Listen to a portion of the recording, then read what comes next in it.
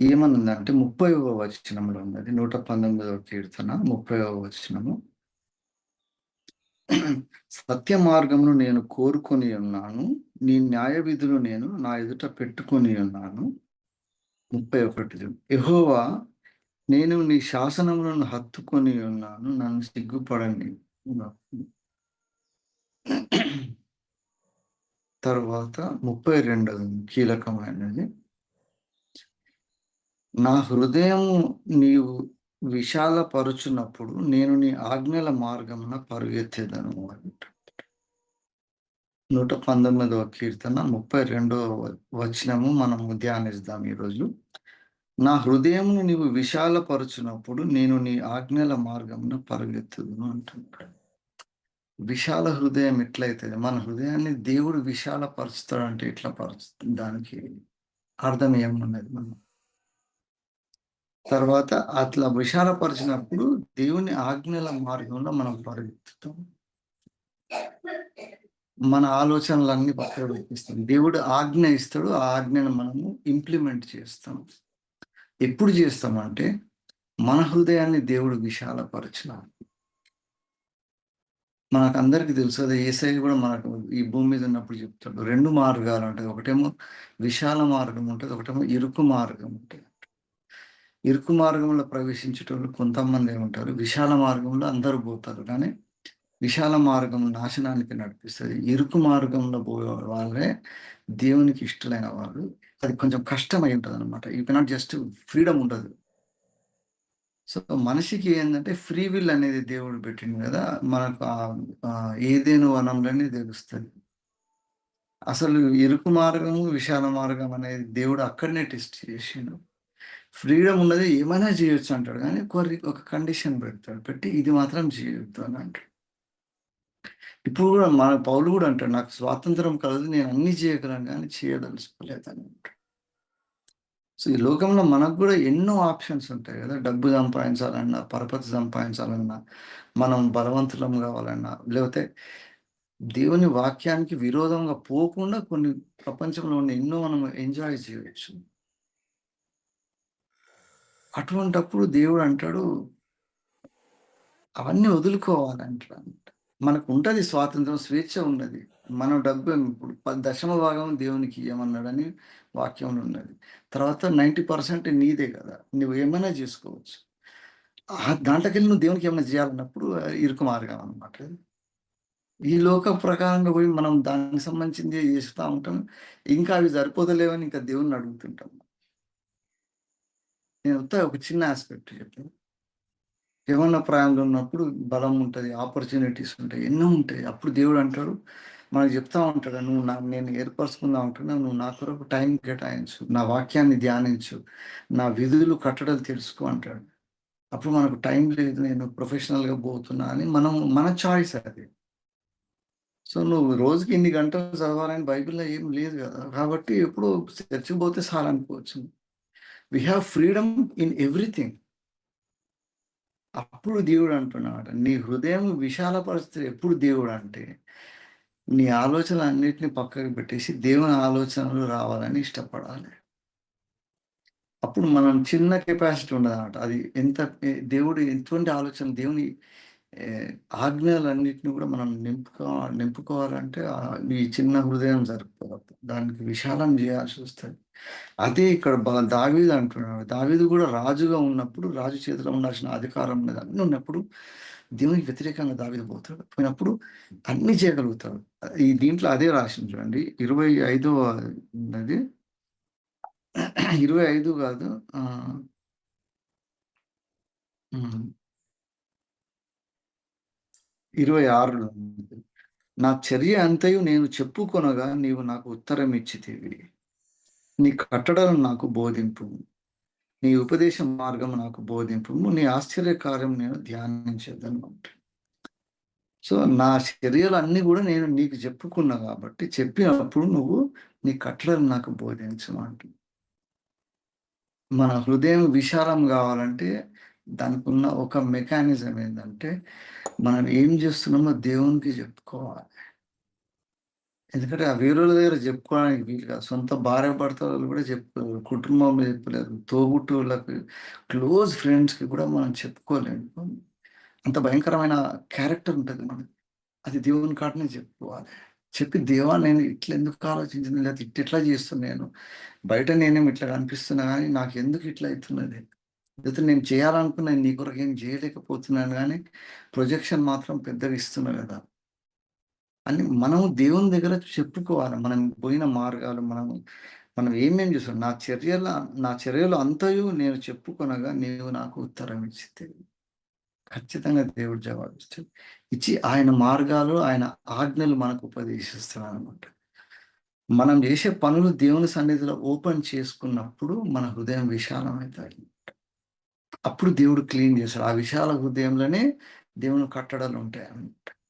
నారోగా పెట్టుకొని దీంట్లో ఇదొక్కటే చేయాలంటే కాదన్నమాట.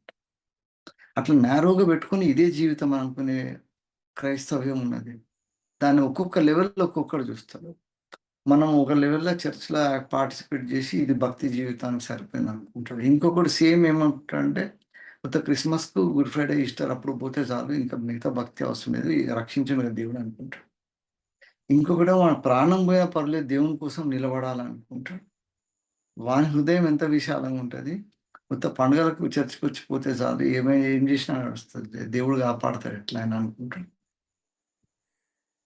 సో, మన హృదయం ఈ దేవుని దగ్గర ఎంత విశాలంగా ఉన్నదో తెలవాలంటే, ఎంత విశాలంగా ఉంటే మన మార్గం ఎంత ఇరుక్కున్నా వెళ్ళిపోతామనమాట. అటువంటి మార్గంలో పోయేటోళ్ళనే దేవుడు ఇష్టపడతాడు. దావీదు అనుభవంతోటి రాసిండు గదా! దావీదుని దేవుడు ఏర్పరచుకుంటాడు. దావీదుకు గూడా తెలవదసలు. పోయి అడవిలో గొర్రెలు కాసుకుంటా ఉంటాడు. సమూయేలుని పంపిస్తాడు. పంపించి పలానాని తీసుకొని అభిషేకించు అంటాడు. యెషయి కుమార్ అందరొస్తారు. అందరిని ఆఖరికి కాదనేసి ఇంకెవరున్నంటే ఒకడున్నాడులే అక్కడ అడవిలో గొర్రెలు కాసుకుంటాడు. ఆయనను తీసుకురా అంటాడు. అంతకంటే ముందల రూబేన్ వీళ్ళు మంచిగా అందరూ చాలా పవర్‌ఫుల్‌గా ఉంటారు అందరూ. వాళ్ళని అభిషేకిస్తామని సమూయేలు అనుకుంటే, నేను హృదయాన్ని చూస్తా, బయటకెళ్ళి చూస్తున్నాను. నువ్వు అట్లా కాదు. ఈయనని తీసుకోవద్దు అని చెప్తాడు. అట్లా వాళ్ళందరిని రిజెక్ట్ చేసి దావీదుని పిలుస్తారు. దావీదుని పిలిచినప్పుడు ఈయనని అభిషేకించండి. అభిషేకించినాక దేవుడు ఎంబడే రాజుని చేసిండా? చేయలేదు. ఆల్‌మోస్ట్ ఒక 10, 12 ఇయర్స్ దావీదు ఏ రోజు బతుకుతానా, చనిపోతానా అనే పరిస్థితుల్లో పోతా ఉన్నాడు. But all the way David was David was sure that God is with him. అటువంటి మార్గంలో పోతున్నప్పుడు కూడా దేవుడు అంటాడు నా ఎంబడి ఉన్నాడు అని అంటాడు. అందుకని గాఢాంధకార లోయలో నేను సంచరించినను ఏ అపాయం నాకు భయపడను. ఇది రాయాలంటే ఆ అనుభవం వస్తేనే రాయేస్తాను. దావీదు అట్లా పోయినాను. అట్లా పోయినంక దేవుడు ఆశీర్వదించిండు. అప్పుడు రాజుని చేసిండు తర్వాత. రాజు అయినంక చేతిలో పవర్ వచ్చేసింది. అప్పుడు రాంగానే దేవునికి వ్యతిరేకంగా మళ్ళా హృదయం అంతా నారో అయిపోయిందనమాట. ఫిజికల్‌గా ఏమో అవన్నీ వాటెంబడి పోయిండు. ఇంకొకసారి కూడా ఆయన నాకెంత బలం ఉందో చూద్దాం. నా సైన్యం ఎంతుందో అని లెక్క పెడదామని ట్రై చేస్తాడు. దేవుడు అంటాడు తప్పు చేసినావు నువ్వు అంటాడు. దేవుని మీద డిపెండ్ కాకపోవడం, తర్వాత దేవుడిచ్చిన ఆధిక్యతను, దేవుడిచ్చిన మంచి టైం ఉన్నది కదా! ఆ మంచి టైంని మనం దేవునికి వాడకపోవడం. అప్పుడు మన హృదయం అంతా కూడా నారో అయిపోతదనమాట. అది మన లోకం గురించి ఆలోచిస్తా ఉంటాం. అందుకని మనం విశాల హృదయులైనప్పుడు అందుకనే ఇక్కడ రాసిన 32వ వచనం 119వ కీర్తన దాని మీద ధ్యానం చేస్తున్నాం మనం. నా హృదయమును నీవు విశాలపరుచినప్పుడు నేను నీ ఆజ్ఞల మార్గమున పరిగెత్తుదును. ఈ పరిగెత్తడమే మనకు అవసరం ఉందన్నమాట. ఇరుకు మార్గంలో కూడా పరిగెత్తే అంత ఫెసిలిటీ దేవుడిస్తాడు మనకప్పుడు. ఇరుకు మార్గంలో అసలు ఎక్కడ కొంచెం కదిలినా తగిలితట్టు ఉంటది. అప్పుడు నడవడమే కష్టమైతది. ఆ మార్గంలో ఎవ్వరు రారు గానీ దావీదు అంటుండు అటువంటి మార్గంలో నేను రన్ చేస్తా అంటుండు. మనం గూడా మన దగ్గర ఉన్న పరిస్థితులు, మనకున్న ఎటువంటి సిట్యుయేషన్ అయినా గూడా అక్కడ మనం అందరూ నడవలేరు, అందులో నిలబడలేరు. అసలు ఆ మార్గంలోకి ఎంటర్ కాలేని దగ్గర మనం ఒక హైవే మీద హై స్పీడ్‌లో పోయినంత స్పీడ్‌లో మనం దేవుని కోసం పరిగెత్తుతాం. అందుకనే దేవుడు గొప్ప కార్యాలు చేయగలుగుతాడంట. ఎందుకని బైబిల్‌లో ఏ ఒక్క భక్తుడిని తీసుకోండి. కంఫర్టబుల్ లైఫ్‌లోకెళ్ళి దేవుడు ఎప్పుడు వాడుకోలేదు. పోయి గుంతలో ఉంటాడు యోసేపు. సొంత తల్లి అన్నదమ్ములే ఆయన మోసం చేసి గుంతలో పడేస్తుంది. అక్కడ కూడా దేవుడు చేస్తాడు గొప్ప కార్యం. తర్వాత ఆయనకు ఆధిక్యత వచ్చినప్పుడు ఏమంటాడు, నీ పొజిషన్‌లో ఉండి మిమ్మల్ని కాపాడడానికి దేవుడు అప్పుడు నన్ను గుంతలో పడేసి ఉంటాడు. అందుకనే దేవుడు చేసిండు. దేవునికి మహిమ కలగాలి. మనం అంతా ఒకటే కదా! అసలు దేవుడే ఈ పని చేయించిండు మీతోటి అంటాడు. వాళ్ళని గిల్టీ‌గా చూడడు. ఆలోచన విధానం మారిపోతుంది. అప్పుడు నన్ను మోసం చేసిండు గదా! ఇప్పుడు మీ సంగతి చూసుకుంటా అని పవర్ రాంగానే వాళ్ళ ఆ ఫ్యామిలీ అంతటి మీద అసలు ఎట్లంటే అట్లా చేయొచ్చనమాట. అంత అధికారం ఇస్తాడు దేవుడు.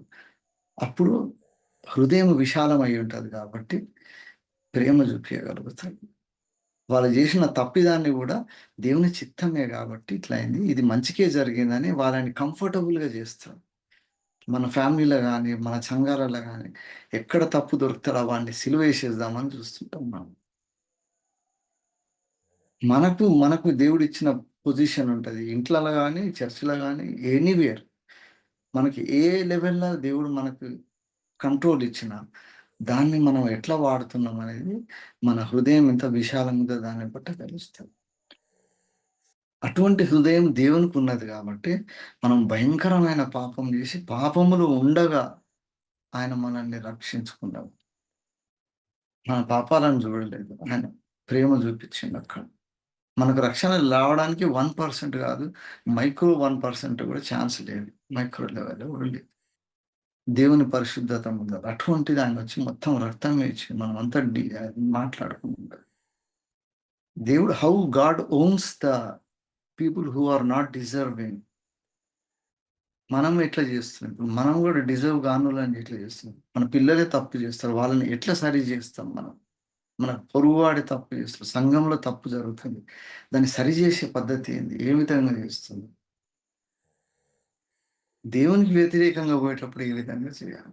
ఎప్పుడు దేవుని మీద డిపెండ్ కావాలి. ఈ ఈ ఈ హృదయంలో జరిగే డిసిషన్స్ ఇవన్నీ గదా! ఇండియన్ పీనల్ కోడ్ ప్రకారం ఇట్లా చేయాలన్నట్టు మన చర్చిలో ఒక పీనల్ కోడ్ లాగా దేవుడు ఎందుకు పెట్టలేదంటే, ఒక్కొక్కని విశ్వాస ప్రమాణాన్ని బట్టి దేవుని తత్వానికి వెళ్తుంటుంది. యేసయ్యకున్న హృదయం మనకొస్తుంటది. అందుకని దావీదు ఈ దేవుని హృదయానుసారం ఏంటనంటే, ఆ హృదయాన్ని మొత్తం ఇగ వదిలేసిండనమాట. దేవుడు ఎంత నింపుతావో నింపు, నీ వాక్యంతోటి నింపు, నీ కట్టడలు నింపు, నా తప్పిదాలన్నీ ఒప్పుకుంటానని ఫస్ట్ ఒప్పేసుకుంటుంటాడు. ఎప్పుడు తప్పు చేస్తే అప్పుడు ఒప్పుకుంటాడు. ఏ లెవెల్‌లో ఒప్పుకుంటాడంటే ఆయన పాటనే రాసిండు. మొత్తం ఎంత భయంకరంగా పాపం చేసినో దాని మీద ఒక పాట రాసిండు. ఒక కీర్తన మొత్తం అదే ఉంటది. పబ్లిక్‌లో ఒప్పుకోవాలంటే ఇయాల రేపు మన కాన్ఫిడెన్సీ‌నే తీసుకోండి ఎగ్జాంపుల్. మేము ఇంతకుముందు జేసినాం గానీ అవన్నీ తప్పయింది. ఎందుకంటే కాన్ఫిడెన్స్ అంతా గూడా నాశనమైంది. మేము జేసిన పనులకు ఈ కాన్సిక్వెన్సెస్ చూస్తున్నాం గదా! ఇప్పటికైనా సరైన మార్గంలో పోదామని ఒప్పుకునే మనసే లేని సేవకులున్నారు మన దగ్గర. బైబిల్ కాలేజీలలో పనిచేస్తుంది. సంఘాలలో లీడర్స్ లాగున్నారు.